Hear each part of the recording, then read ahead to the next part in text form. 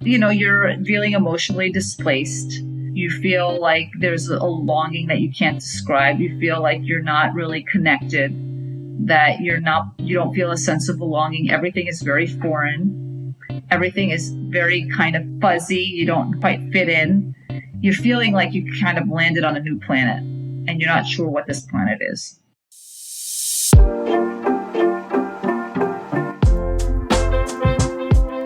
Hi everyone, and welcome to episode number 51 of the Emigrant Life podcast.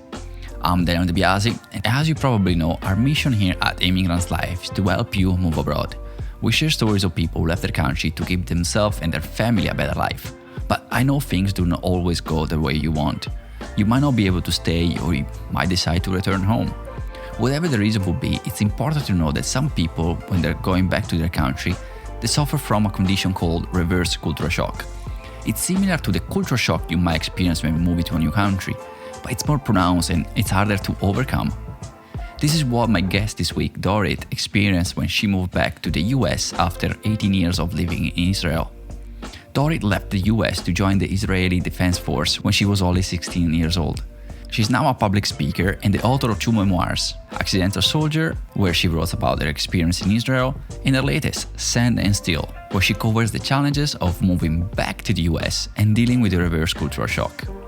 Before moving to my conversation with Dorit, make sure to subscribe wherever you listen to your podcast so you won't miss any episode. And if you enjoyed our show, it would be great if you could leave us a review on Apple Podcasts or Podchaser. One more thing before we start, we're going to give away a copy of Sand and Steel to one of you listeners, so make sure to stick until the end to find out how to win one. And now, without further ado, please enjoy my conversation with Dorit. Hi Dorit, thanks for being on the show.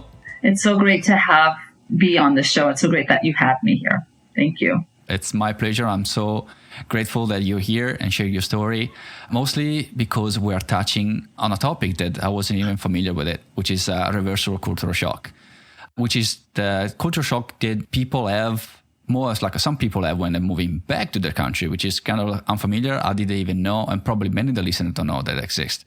But before moving to this topic and talk about this topic specifically, I want to start with your story, because you are originally from the US and currently living in the US. But for a long time, you were in Israel.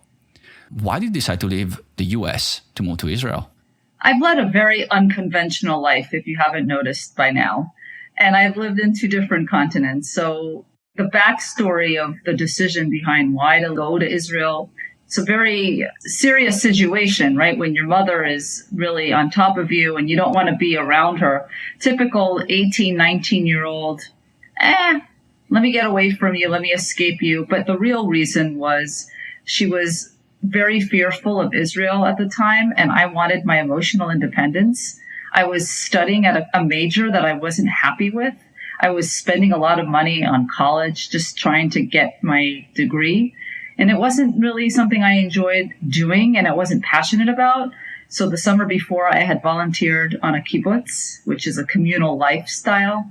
And I really fell in love with that lifestyle. I loved the whole ambiance and looking at the IDF soldiers and just the whole freedom of being in another country and not having to listen to my mother and not having to have her under me or over me or next to me. Everything around her reminded me of her. And in Israel, I had a fresh start. I didn't have to be in her presence. And I think every teenage person who's listening to me can identify never wants to be around one's parents who are, parents of teenagers. So that's the real reason. Like when people ask me, why did you go to Israel? I said, I wanted to escape my mother, and they all start laughing. It was a serious situation, but that's the most comical answer I can give because I wasn't really a Zionist. I wasn't really like soldier material. I wasn't like grew up in a military family. I didn't have all the credentials to be like an IDF. That was the decision, right? That was the ultimate decision why I went. I went to serve in the IDF. I was just like, I need to get away from my mother. And then that was the accident, quote unquote, behind the service, because most Israelis, they serve for compulsory service, and when they're born, they know that they're going into the military. And I had a very privileged life in the sense that I didn't have to go and serve. right? I was just volunteering.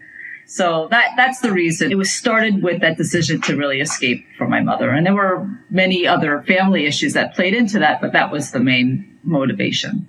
But there are so many countries in the world that you can escape from your mother, but why specifically to Israel?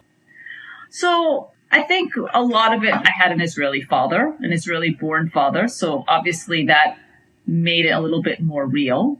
I volunteered on a kibbutz, as I mentioned, the summer before. So that kind of paved the way.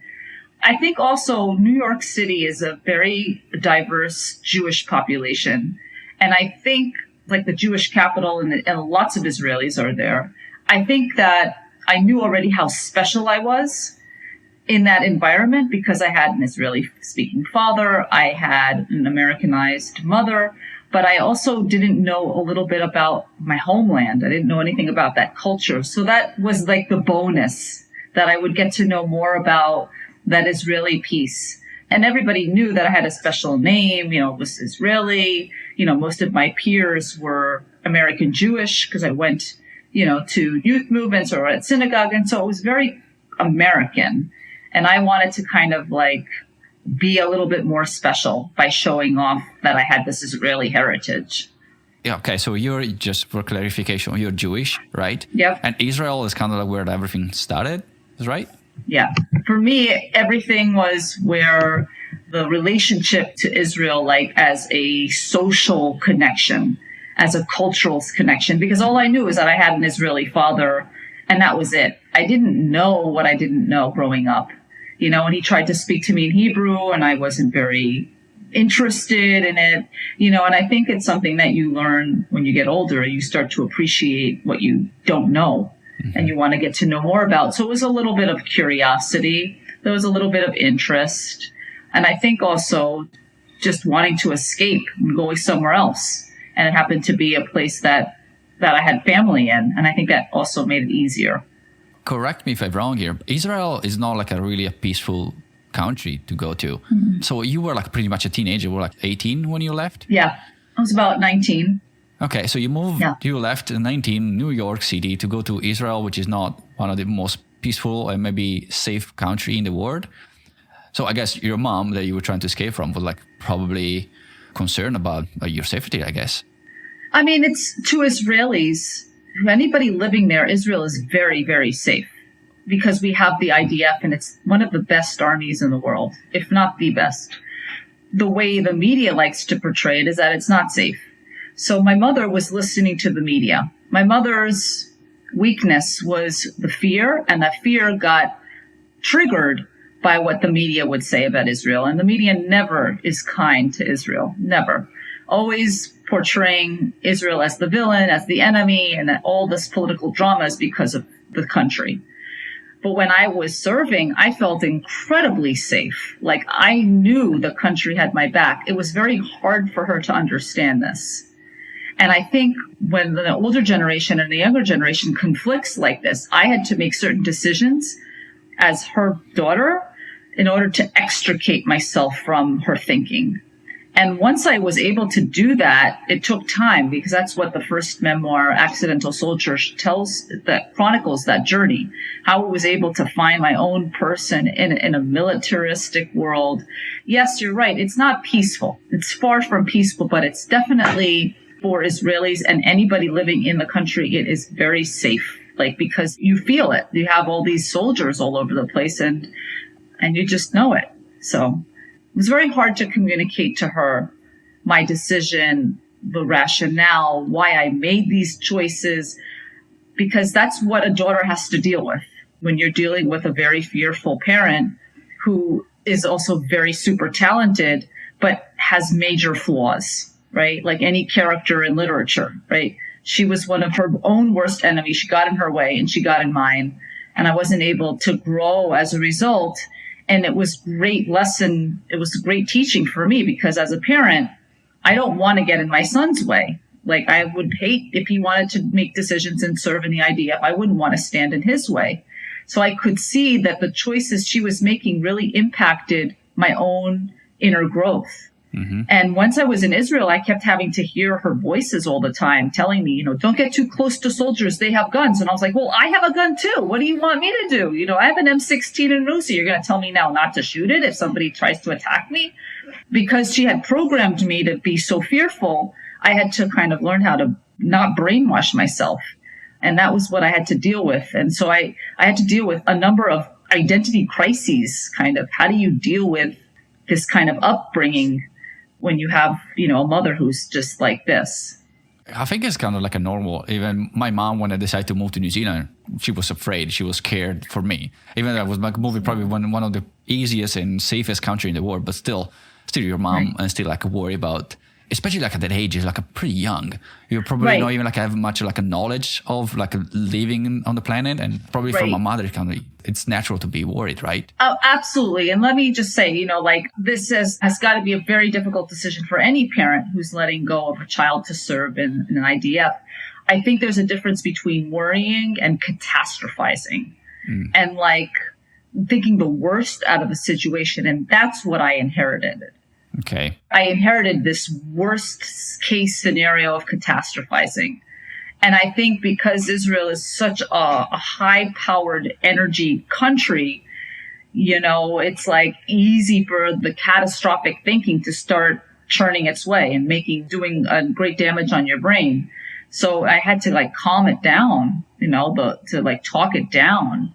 And that's not something that people can help you with. That's something that you have to work on yourself. And, it was very hard for her to understand my choices. So we were always in conflict.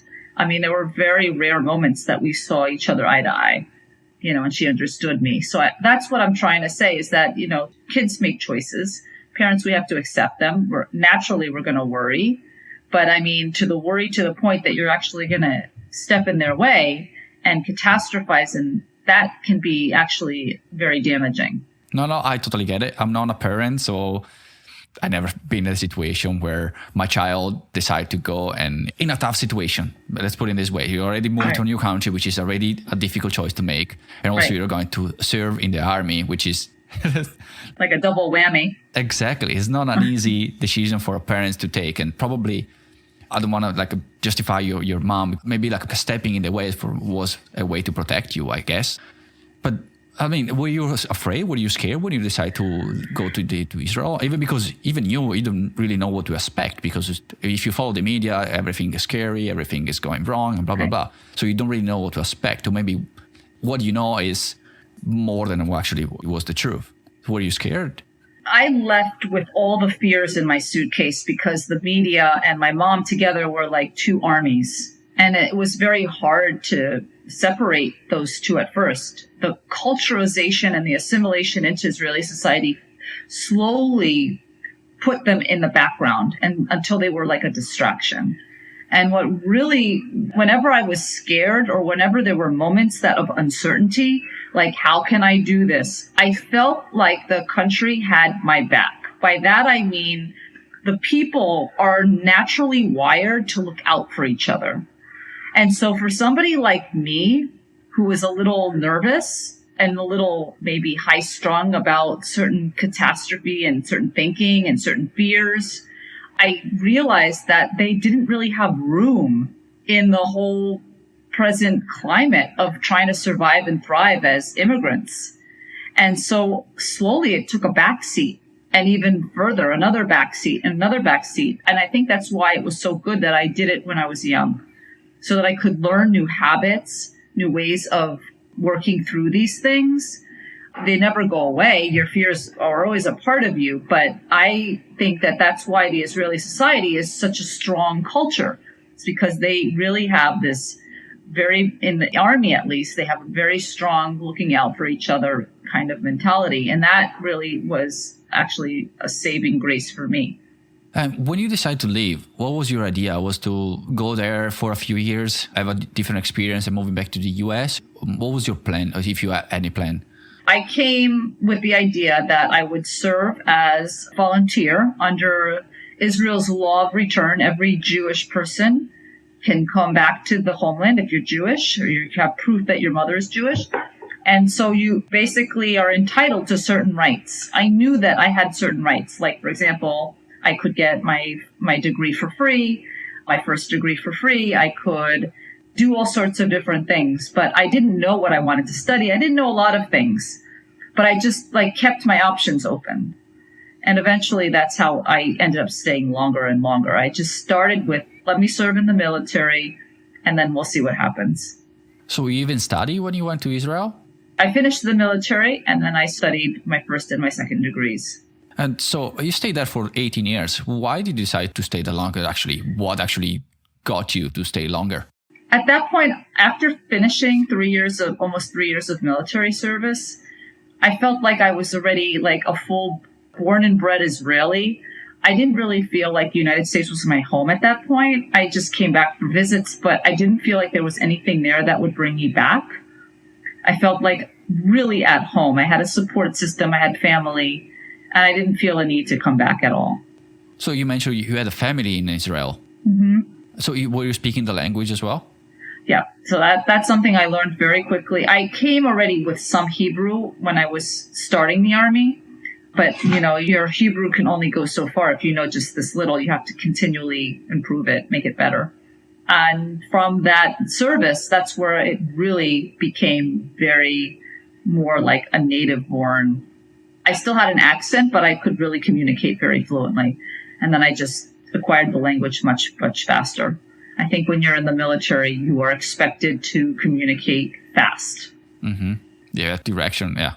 Yeah, you need to be able to take instruction, and you can't pretend that you understand. You're under high pressured situations, and some of them really determine your role and what you're doing, and you can't fake it. You can fake it, but eventually you have to know what you're doing. Just to understand, we're working or volunteer for the army. Were you actually just training? Or you were actually in the army protecting the country and fighting the enemy, if you want to call it the enemies? Right. So just to educate you and any listeners, Israel has very many different ways to serve and in different units. I chose particularly the kibbutz unit called Nahal, which is spelled Nahal, Nahal. It's short for Pioneer Fighting Unit. And basically, in a nutshell, what that means in terms of services, you work on kibbutzim, doing agrarian work, either working in the fields, pulling, lumpy tomatoes in 110 boiling, degrees, or you're working on different sectors in the kibbutz, maybe in the laundry, kitchen, dining room, the orchards, the fields, babies, children, anything that they need help with. And so I would serve half of the time on kibbutzim doing those kinds of jobs. And the other half would be military work. As part of the military work, we studied first doing some Army special intensive Hebrew language learning. Then we did basic training where we learned how to fire guns, and we got our berets, which is part of the, 18-mile march that you use with stretchers, and you in the hot sun, and you're in boots and full Army gear. And then we went on different Army bases throughout Israel. One Army base was on the Lebanese border. The other one was next to Gaza. And the other one was in the Golan Heights. And each time we went, we moved with our unit, our group, our cohort.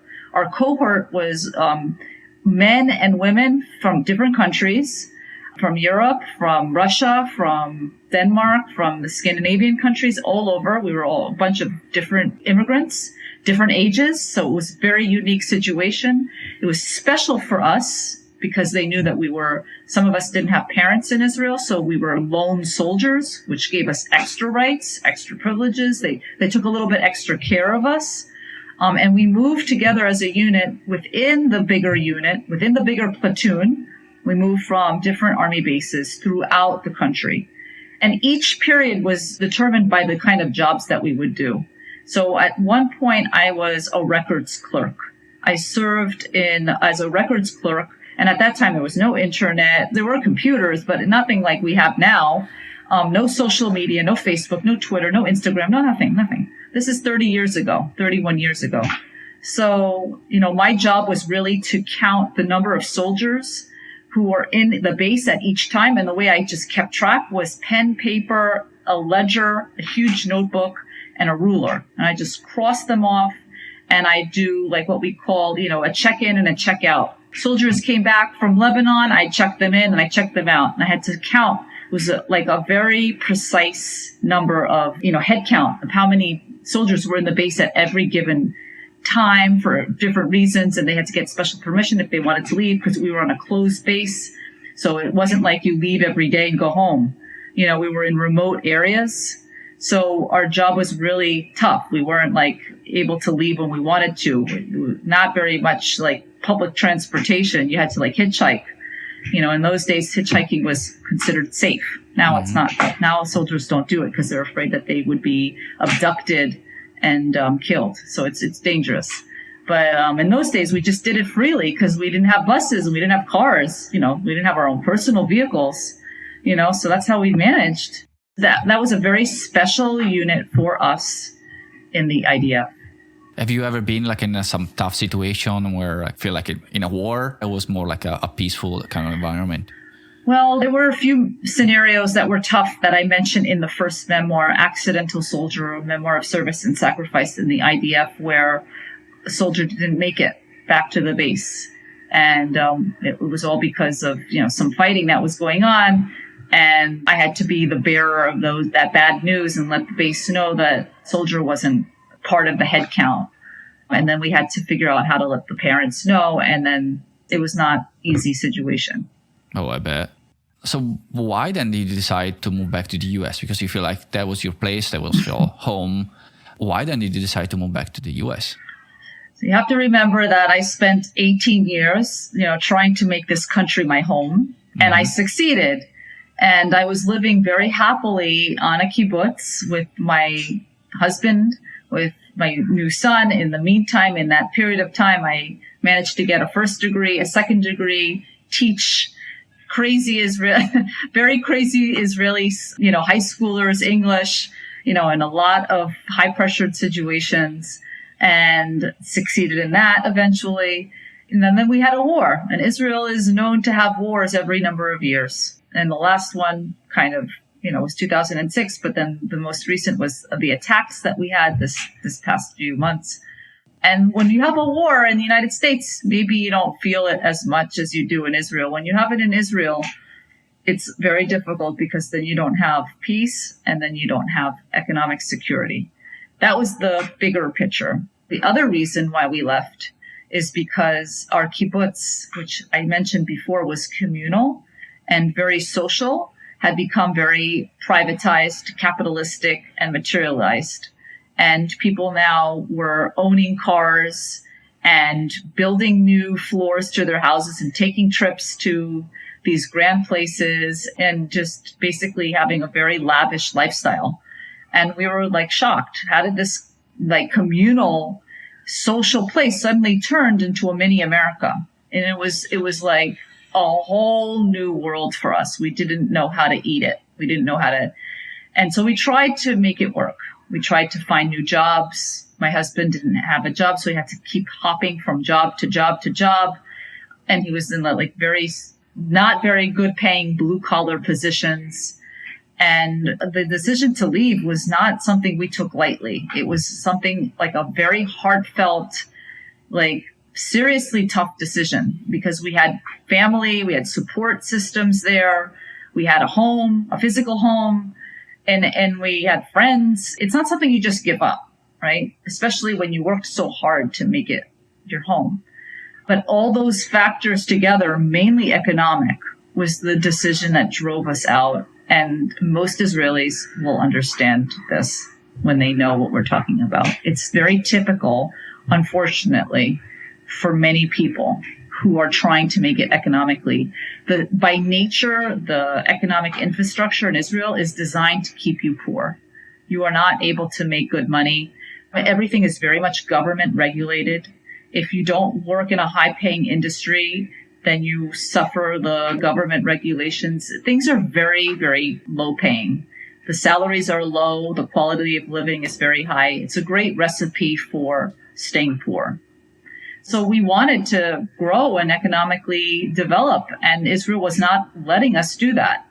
The conditions that we were in, we found ourselves, were not letting us do that. And that made it really tough. And it was just like, well, what do you do? Literally, you're in a two-way street. Do I do this or do I do this? Do I leave? And we tried very hard to make it work. We sent out resumes, tried to find new jobs. I had an English teaching job. So for me, I'm always going to be employed because they always need English teachers. But that's not something I wanted to do for 30 years. I didn't want to do this for the rest of my life.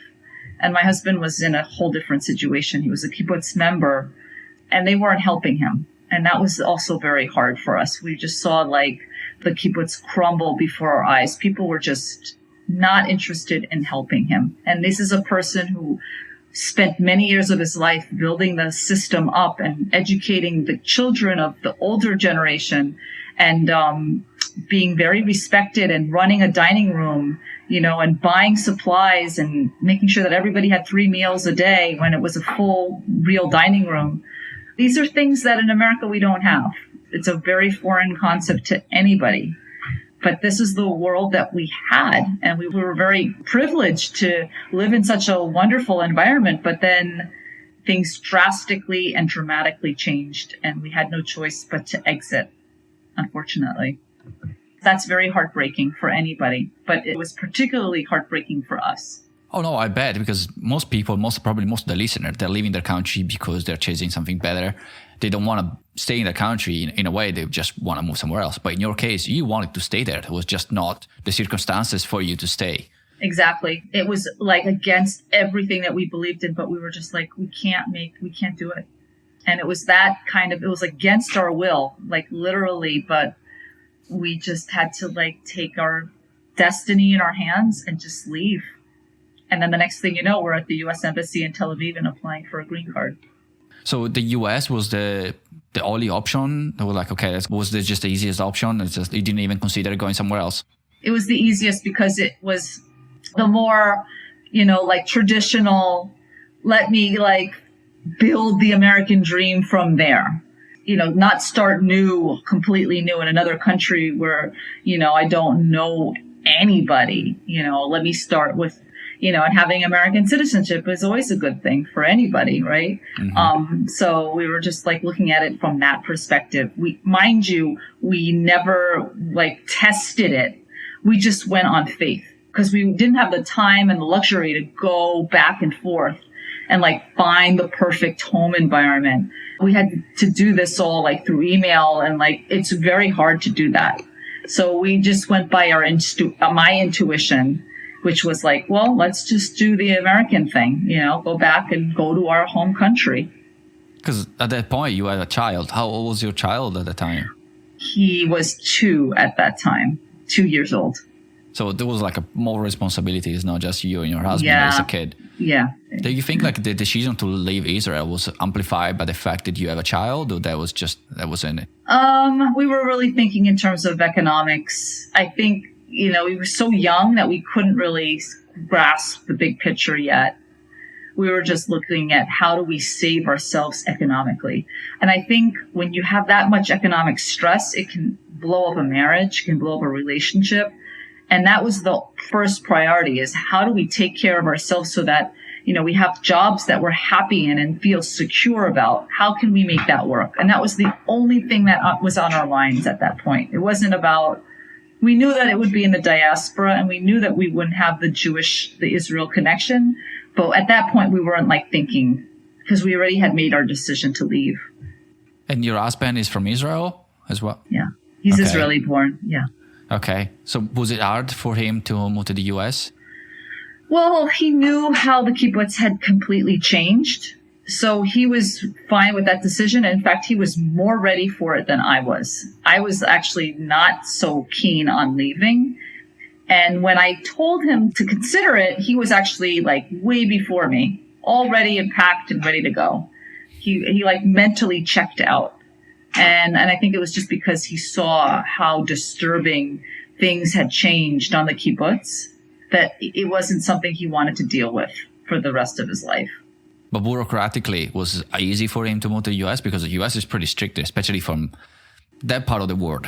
Yeah, this was 14, 15 years ago. Maybe things are now really strict. But his English, he worked with many volunteers. So he was already used to speaking in another language. It wasn't like a new language for him at all. He's a great aficionado of American history. He knows more American history than Americans. He listens to movies and films, and he's very cultured. So, I was not worried about him at all. I knew he would do much better than me. I was just like an emotional mess, and he was a lot more with it than I was. No, but my question was like bureaucratically to get like a green card, to get a visa to move to the US. Was it hard? It wasn't hard to get it. It was just, it was pretty straightforward, the process, because it would have been harder if I wasn't American. But because he was married to an American, it was just the bureaucratic process of proving, identity, relationship, marriage. That in itself is stressful, But I knew that because I was American and, some people forge these papers, try to prove that you are American. So yes, this was a stressful situation. But in the back of my mind, I didn't really worry about it. Like I knew that he would get the green card temporarily. And I was right. No, because I hear like stories all the time, like people trying to get to the US. The process is so long and frustrating, and it's just like, it's crazy. Yeah. Post 9/11, it was crazy. It was. I don't remember all the specifics of, because it's been a while, but I remember that they asked a lot of questions about his intention, why he wanted to go there, what he wanted to do there, it wasn't like trying to prove, you don't have a sponsor at that point. You don't have a company that's sponsoring you to get to the United States. So it was really the individual's responses first, and the marriage and the relationship to me. Okay. And so those two factors, usually when you don't have a marriage, like an American wife or a spouse, then they look to see if you have a company that's sponsoring you, right? Or a family. We didn't have to worry about that. So it wasn't that, but it was really like the veracity of his responses and how kosher he was. And, whether or not is he just using America as an escape, or was he really intentional about being there? And so he told the U.S. clerk at the time, and they had a great conversation about this, that he wanted to work in the United States as as an Arabic linguist, because he knows 4 dialects of Arabic. And so they were like, at the time, the U.S. was still in the war with Afghanistan. They had still had U.S. troops. And so it was a perfect conversation. They were like, yeah, you could really do a lot of work there. And, it made total sense to have this as his ticket. And of course, that was our thinking. You can really go and, serve as an Arabic linguist. Well, that didn't work out, but that helped us get out at that point. I mean, it helped move the process along, because that was really what we were thinking. We were thinking, hey, you can be employed as as an Arabic linguist for the U.S. government. And we didn't have any jobs. So that was the first thing that we thought he could do. So in your situation, you emigrated twice, because you left your country twice. You left the US, and then you created your home in Israel, and that became your country, and you had to emigrate again. So I usually ask my guests if they have any regrets about leaving their country. But in your case, I'd like to ask you if you have any regrets about leaving Israel, which is kind of your second country. Yeah, that's a great question. I think about this all the time. That's why I tell my whole network, like Sand and Steel, my second memoir, is a story that I'm constantly living as I'm writing it, or as I'm marketing it in this case, because the book is already written. I didn't know how much I would miss Israel until years later. I don't think it's possible for anyone to know in advance how much your heart will long for a country until you feel the separation. And I think in my case, having this dual identity of being a Jewish person, but also being Israeli, it's like determining your loyalty. Whose side of the Atlantic Ocean do you feel more connected with? I will always connect with Israel now that I'm talking to you. I will always feel that Israel is my heart home. It's the country that brings me alive. It's the country that energizes me. It's the country where I have the greatest heart connections that I probably would ever have than in the States. It's something that's very hard to put into words because the people make you feel alive. And so that's how I call it in the memoir. I literally say these words. I say, it's a country that makes me come alive.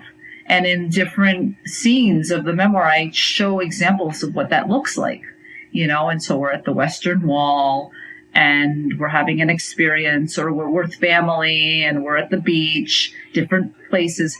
Those are things that are very unique to Israel. And you can't let go of those moments, right? Or being on the kibbutz, or, reconnecting with family after so many years away.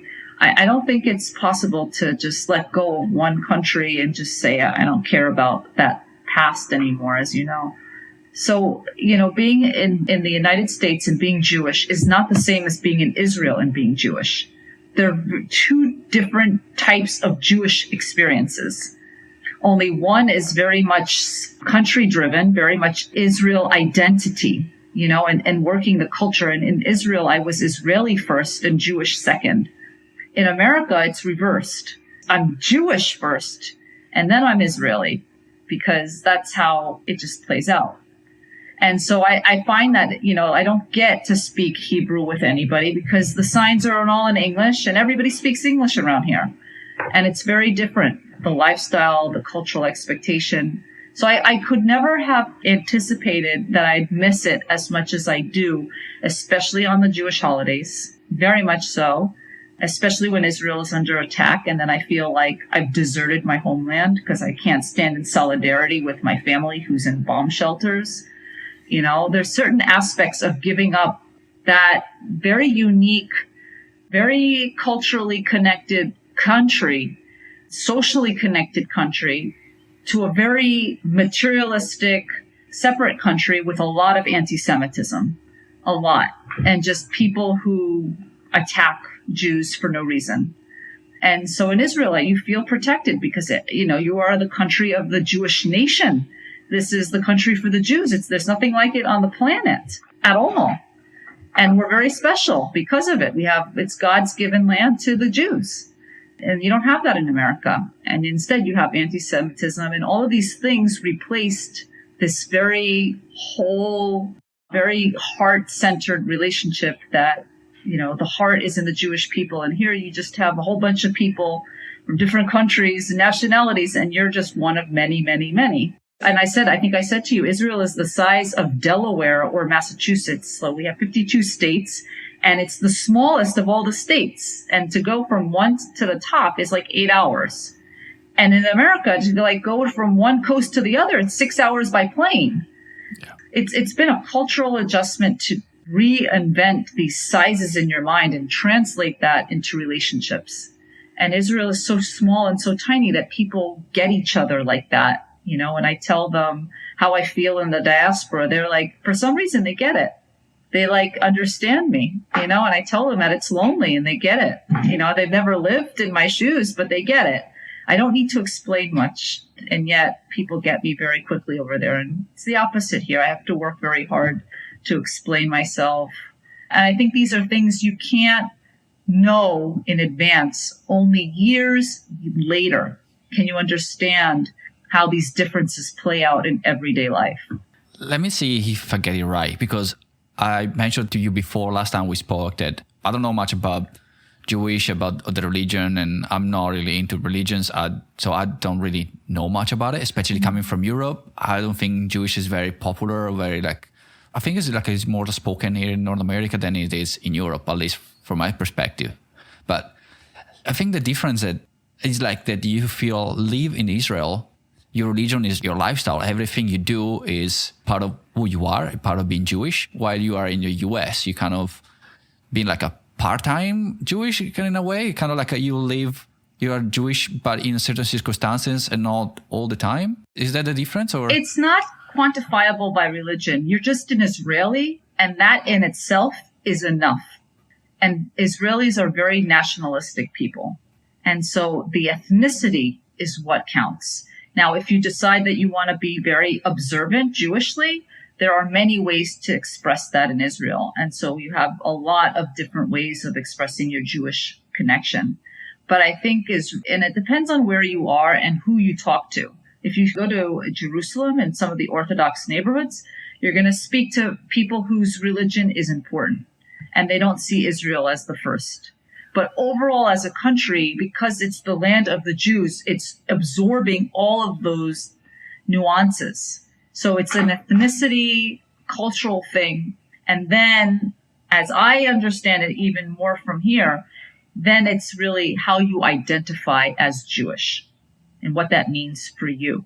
But as a whole, the country ethnically is Israeli. And have you been back to Israel since you left? I have a few times. The last time was in 2018 when my son was bar mitzvahed, and that was at the Western Wall in Jerusalem, which is one of the holiest sites in Israel. And that was the last time. Okay, you felt the same kind of connection? You felt the same kind of like call from like the country, or yeah? Because sometimes, or like when you leave your country, especially after against your will, you create like this idealization of your own country. Maybe you move back like it's something different. Yeah. But in your situation was exactly the same. Like you went back, you felt every home. time I go, I never want to leave. Okay. And so the scene that I describe in the memoir is really like, I don't want to get back on the plane, and how conflicting those emotions are. And it's just very tough to leave. And have you ever thought to move back to Israel? Mm-hmm. You know, during COVID, when it first started, there were a lot of North Americans making aliyah or immigrating to Israel. And I think it was just like, for them, it was like a now or never type scenario. Like that was what they wanted to do. And they wanted to like make Israel their home. As Israeli expats, it was something I thought about and I talked to my husband about, and he was like, you know, I don't know. Should we go? Should we stay? It was like the pendulum back and forth. It's still something that we talk about, but we're always concerned like that. What will the situation be like when we go back? And we know that the country has completely changed. It's not the same Israel that we left in 2007. So there's a lot of concerns how we would make it work. And there's still concerns, and I don't think we're getting any younger. So we talk about it, but the decision has not been made to leave. But the idea is still there, somewhere in the back of the mind. I miss it. My husband has already checked out. Like, he's checked out. Like, it's not enough to go back just because your heart feels separated in two different places. Like, I feel like I belong here, and then some days I feel like I belong there. Some days I don't feel like I belong here at all, and only my heart is there. He's like, just going back because of your heart doesn't make sense. Like, he's very practical. What are we going to do there? What kind of work would I do? You know, he's very much like, how are we going to make this work? You know, you don't just go back because you miss it. You go back because you have a plan. What's the plan? Mm-hmm. You know, and I think because there's reasons that I described why it's such a tough country to like make it economically, it would be even a harder case why to go back. You know, once you've already enjoyed the good life, what's like the reason now for going back after like 15 years? Now you want to go back. So what's the plan? And now I want to talk about like you moving back to the US. Yeah. And that's where we start talking about the reversal culture shock. How was your experience moving back to the US, and how did you find out that what you had was a reversal cultural shock? Yeah, I was very emotionally displaced the first few years. I felt completely like here, there, and everywhere. And it was only later that I stumbled on the U.S. Department of State's website. They have an archived section. And I just probably from Googling discovered that there was emotional syndrome called reverse culture shock. And I'm like, well, that must be what I'm feeling, because I have had these emotional symptoms for a while. It was like having a doctor diagnose you. And I felt like all of a sudden it felt real. Like there was a reason why I was feeling these things. And so it was very reassuring to see that on the U.S. Department of State's website. Like they validated what I was feeling. And I didn't know anything about reverse culture shock. I didn't know that was such a thing. I knew about culture shock. I didn't know what reverse culture shock meant and what the implication would be for somebody like me. And it made perfect sense. Like, okay, now I get it. Now I understand. And what were the symptoms? You're feeling emotionally displaced. You feel like there's a longing that you can't describe. You feel like you're not really connected, that you don't feel a sense of belonging. Everything is very foreign. Everything is very kind of fuzzy. You don't quite fit in. You're feeling like you kind of landed on a new planet and you're not sure what this planet is. Because I did some research after we spoke last time about this topic, because I didn't know much about it. And then I thought, let's be prepared for the interview because I want to know more about it and have a better discussion with you. And I did some research, and it seems like it comes down to two main factors that cause a reversal culture shock. Which one is the idealization, which is that after being abroad for some time, we focus on the good thing in the past. Somehow, like when you move abroad, you just remember the good thing about your own country and not really the bad stuff. And so we create this idealization version of our own country. And then when you move back to your own country, it goes this expectation that everything stayed the same. Even though you've been away for a certain amount of time, you expect that everything still exactly the same, the people still exactly the same, exactly when you left them. Was that kind of the same kind of feeling that you had? That's pretty much it. And I think the idea here is that I left, so many years had passed. So I left as a teenager and I came back as a wife and a mother. So the expectation was, can I find a community that is similar to what I had on the kibbutz? But everything was so different. So the gaps were so strong.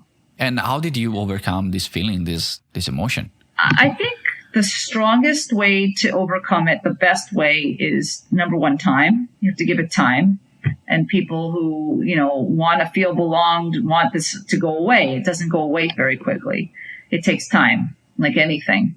The other thing is that you have to have this idea that you can stay adaptable to new situations.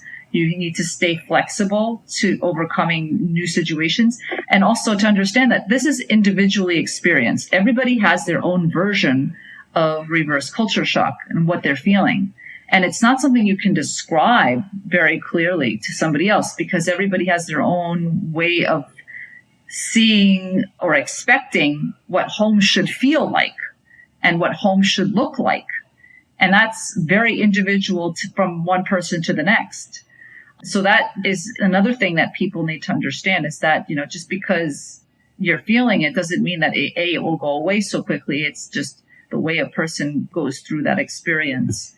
And finally, it's like, as anything, you have to be able to find familiar moments in unfamiliar situations. So what does that mean? If you are looking at a new environment, can you find something in that new environment that is familiar to what you had before? Is there a way you can mimic some connection to the country or something that reminds you of that connection that makes you feel less isolated, alienated, or less stressed? Yeah, because as you said, depends even how long you've been in the country, how connected you are with the country. Some people maybe live for a year, they don't really fit in the other country, they come back, they don't have any problems. And I like to emphasize the fact that research shows that reverse cultural shock is even worse and more amplified than normal cultural shock, which is when you move to a new country, everything is different from your own country. You feel like, I think we covered this with Jamie in the previous episode where we talked about the cycle, the adjustment cycles. And I think this is kind of the similar thing when you move to a new country. In this case, we move back to your country, you go into a similar cycles where you feel like a judgment because the country where I was living, they do things in a better way. Why in my own country they do this? Why they keep doing these things doesn't make any sense. Especially if you live maybe in multiple countries, you start getting the good thing for each country. You move back to your country, you start seeing the things that don't work, and you start being feel judgmental. You try to share with people that live there. People say I don't know what you're talking about. I mean, everything has always worked in the same way. Why are you complaining about it? They don't really understand you there. I think that's where comes your alienation, right? Right. And then you can't really talk about it with people because they don't understand what you're feeling. So there's the shame. A lot of it has to depend on the personality of the person, right? And most people wouldn't want to leave their home environment to go through this. So it really does depend on the makeup of the person and what they're and how determined they are to overcome it and to make it a little less stressful. And I think determination is a big factor, and desire to assimilate is a huge factor. Desire to fit in culturally is a huge factor. There's a lot of external factors, right? How welcoming is the other country? Is your home country, right? And do you have family that's supporting you? All of these things can mitigate reverse culture shock to some degree. I mean, you're always going to have the presence of it because it's individually experienced. So a family member can't like all of a sudden give you a magic pill and it will go away. Just doesn't work like that.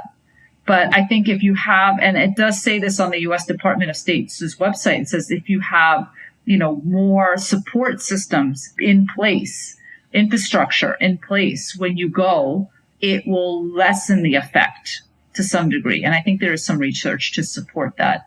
In our case specifically, we didn't have anybody at the airport, right? We didn't have anybody welcoming us. We came to a whole new, but we came to a very new environment. We didn't have family here welcoming us. We didn't have any jobs here. So the stress was very high. The level of stress was extremely high for all the right reasons, right? So on the other hand, you're looking at a returning American who has a U.S. passport, speaks English, but still has reverse culture shock stress because the newness is just so strong. And that's natural, I think. But it would have been easier, I think, in retrospect, had we had somebody at the airport, had we had somebody like refugees, when they come from war-torn countries, they go into an absorption through the U.S. channels, and they are very important nonprofit organizations that their mission is to support them. And so we're not your typical refugee, right? We're not your typical immigrant. And so we have to deal with these kind of issues. And that was really concerning. How do we make it work? How do we lessen the stress? What do we do so that we're not dealing with this kind of stress over time for a long period of time? Yeah, because for you were not a refugee, as you said, because you are an American citizen. So people expect you to be an American. You got a passport, you're an American, so they don't expect you to act differently. You're an American under every aspect. But I mean, when I came to the United States, everything, like I mentioned before, the big versus the small, I was like, oh my God, the cars are this big. The supermarket lines are this long. The aisles, all of a sudden there's 20 different kinds of cereals and they're written in English. I mean, this sounds really weird to somebody, but I mean, I was living in another country, so everything was so different. It's the tastes are different. It takes me 10 minutes to walk from this one side of the street to the next side of the street. Everything is so long. Everything is so big. The houses, they're like mansions. In Israel, no, everybody lives in very small, cars are the size of dog cages. Everything is America is supersized. And everything in Israel is 10 times smaller than that. I think that was the stress too, right? It's you see a license plate on a car. It's from a place that you've never been. I still feel this stress sometimes. I'm wow, even in my head, I have to think big and small. And there are days when I just can't, I really lose it. It's just too hard for me. I still think like an Israeli. It's really weird. Because one of the things I heard a lot, it was people moving back to the US, moving back to the country, and even people speaking the same language, speaking English, what's going on? This feels like an unreal thing because they are not used to it. You used to speak to another language, non-English. And you move to a supermarket, you hear people speaking your same language. It feels kind of weird. And one of the things I found, one of the things that people say that worked is actually, as we mentioned before, that you can't really share your experience with people, with the locals, because they don't really understand. Right. So one of the things that people say it's work is actually people start writing blogs, sharing this information to the internet, because where then you can reach people in the same situation that went through the similar experiences, and they can support you, and they can create a support group. And that seems like a lot of people have started doing that, and that was the way for them to get out of overcome this cultural shock. That's exactly what I did, and there's a scene in the memoir Sand and Steel about how I did that, how I blogged, and how people responded. And that was the way to cope at the time. So you're really speaking my language right now. And in your personal experience, how long did it take to overcome this reversal culture shock? I can't really pinpoint it. It took over a period of years. I still feel it today. I still feel the stress of thinking of how big this country is, and that I can't see family unless I get on a plane and I'm in an airport for 10 hours. And the time differences it's sometimes so overwhelming to me, because in Israel, everything is cut down to like a 1 or 2 hour travel. And I still can't wrap my head around it. It bothers me. So there's parts of it that I haven't fully accepted. I'm still fighting something that I can't change. The whole like stress of it, I would say it took about 5 years, maybe 4. It took a while for me. Oh, wow, that's a long time. Yeah. Maybe like the first 2 years it was over, but I still felt like there was still more stress over time. So I'm sure that people can maybe within 6 months, you can probably even bypass some of that stuff. Now that we have the internet, we have more ways of connecting with people. It might be even shorter, right? And if you have more family waiting for you, we didn't have any of those things. So I think my stress just kept going. There was like no break until we had to figure out like, how do we identify with certain groups, or how do I need to find those groups to identify with? And I tried very hard at the very beginning, but they weren't the right places. So I never felt at home yet. I had to continue to find the group and the tribe. And Pittsburgh is not my hometown of New York. So I never felt at home here yet. It took me a long time. It's good to mention that every situation is different, and right. Even depending like what country you lived in. Maybe the country you lived in for a long time is not so different from your own country. It's right. Plus you got, correct me if I'm wrong, I think even the religion part, that you come to the US and your religion is not seen very well. It's not really like a seen not welcome in the country. Right. It's hard to feel home when you're not really welcome, right? Right, exactly. So other situation might be easier. I think this is a good time to wrap this up, and where people can find more about you and connect with you and also find your books. Yeah, thanks for asking. So my website is under Dorit Sasson. I'm offering a 2-for-1 special. If you pre-order Sand and Steel, a memoir of longing and finding home, you'll get my first award-winning memoir, Accidental Soldier, signed and personalized for free. You can get more details about that on the website. And there's a contact button that you can just reach out to me and just say, hey, I want to purchase Sand and Steel, and I'll immediately reach out to you with next steps. Or if you don't take like Venmo or PayPal or something like that, you can always pre-order it from the publisher's website. So, and for Amazon, it's called Sand and Steel, a memoir of longing and finding home. And that is available as we get closer to the release of Sand and Steel, which is August 3rd. And I might want to mention that these are for U.S. orders only, so I can't really take the shipping on myself unless you're doing it as a Kindle or PDF. Okay. Are these books available in other countries or just in the U.S.? At least a physical copy? They're available. They will be available as a Kindle for sure. I'm sure if you live in another country and you want to order Sand and Steel, then you probably have to get it through Amazon, because that's the closest way to get it to ship internationally, or through the publisher's website, which is also available through my website, doritsasson.com. Sweet. Awesome. Everything will be as usual in the show notes, so they can find you, find your link, find your website more easily. Sweet. Thank you so much, Dorit, to share your story and share your knowledge on the podcast. It's been a pleasure. Thank you for having me, Daniel, and thank you for being open to the other side of reverse culture shock as it relates to my story. No, I believe it's something that people need, because my goal is to help people moving abroad, but at the same time, I want to help and the way they decide that that's not the place they want to go, they want to move back home. It's nice to know, it's good to know that these things can happen and be aware that if it happens, it's normal. There's nothing wrong with you. Just it's absolutely normal. So yeah, it's a good thing to know when you're moving abroad, in case you're moving back home, these things can happen. Absolutely. Awesome. Thank you so much, Dorit. I really, really, really appreciate it. Thank you for having me again. Take care. Thanks. Bye-bye. Thank you so much for tuning in this week and stay until the end. You can find the show notes with everything discussed, insights of some of the topic we touched, and much more at emigrantslife.com/episode 51. And now, the moment you were waiting for, the giveaway. Because Dorit's latest memoir covers her experience of reverse culture shock in more details, we decided to give away a copy to one of you. A few days after this episode will be released, we will share a post on our Instagram page with instruction on how to enter the giveaway. So make sure to follow us there to get your chance to win a copy.